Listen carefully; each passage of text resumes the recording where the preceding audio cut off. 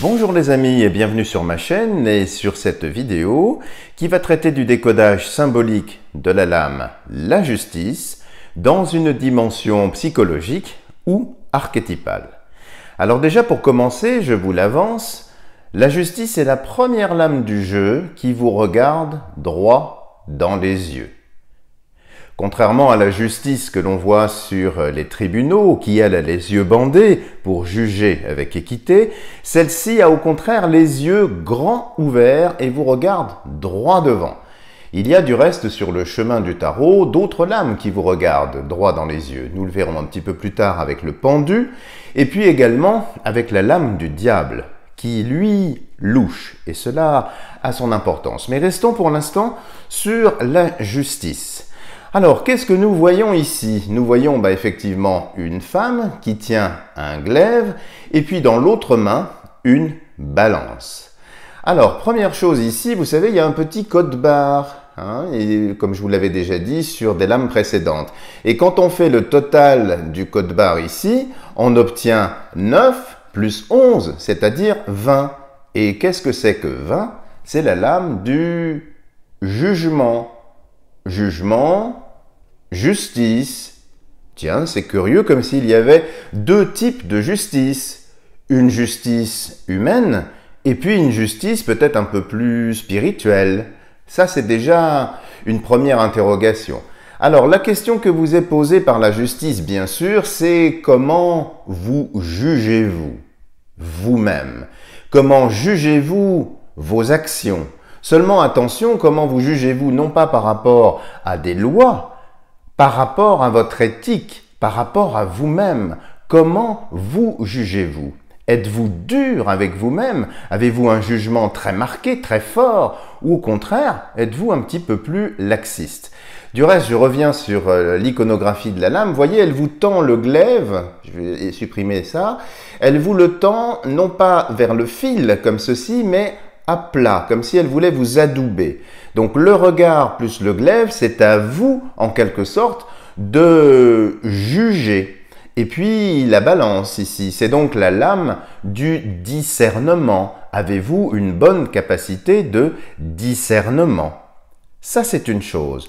Comment vous jugez-vous? Comment jugez-vous votre action? Quand on la met un petit peu plus loin, bien sûr, l'image qui vient spontanément, c'est, vous savez, le fameux tribunal égyptien, où la personne qui était décédée arrivait devant une déesse, il devait poser son cœur sur l'un des plateaux, et de l'autre côté, il y avait une plume, et il fallait que les choses soient en équilibre. Comment s'appelait déjà cette déesse? Elle s'appelait Maat. Tiens, c'est curieux, Maat. Ça vous rappelle pas le mat? Bien sûr, cela pourrait vous sembler un petit peu capillotracté, mais c'est comme si cette lame-là venait vous inviter à juger tout le chemin parcouru. Et vous comprenez également pourquoi j'ai démarré l'analyse par le mat, pour arriver ici à une espèce de rupture ou d'analyse avec la justice. Alors, si nous avançons la lame, vous allez voir deux petites particularités qui renvoient également à d'autres choses. Déjà, le glaive, je vais essayer de l'avancer. Vous voyez, il n'est pas complètement vertical par rapport au trône, si vous regardez bien. Il manque quelques petits degrés. De même, la balance, cette façon de tenir la balance avec son coude comme ça, c'est curieux, comme si elle pouvait donner un petit coup, modifier un petit peu l'équilibre des choses. Et cela vous pose la question, êtes-vous honnête vis-à-vis de vous-même? Ou bien est-ce que vous arrangez un petit peu les choses? Est-ce que vous les différez? De quoi devez-vous vous défaire? Est-ce que vous êtes complaisant par rapport à vous-même? Est-ce que vous acceptez l'inacceptable? Et puis, dernière chose, avec la justice, bien sûr. J'ai dit que c'était le discernement, mais dans une valeur un petit peu plus excessive. Et c'est pour ça que le trône ici, vous voyez, il manque un morceau ici. C'est pas parfait. Ça vous interroge aussi sur la perfection. Êtes-vous perfectionniste ou bien complètement laxiste? Est-ce que cette perfection, cette quête de perfection vous phagocyte, vous empêche d'avancer ou bien au contraire, Est-ce qu'il faut dépasser ce perfectionnisme? Donc comment vous jugez-vous en tant qu'individu, non pas d'après des lois, mais d'après votre éthique, d'après votre ressenti personnel? Y a-t-il des choses à trancher ici, à élaguer, à purifier, à transformer? Faut-il rééquilibrer également certaines choses?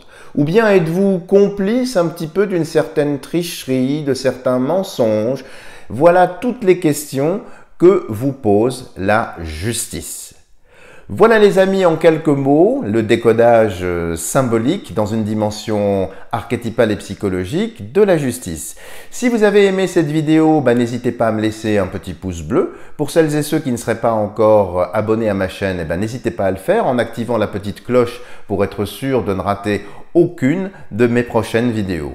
Voilà les amis, je vous remercie pour votre attention, pour votre écoute. Le voyage va continuer avec les autres lames. Je vous dis à bientôt pour de nouvelles vidéos.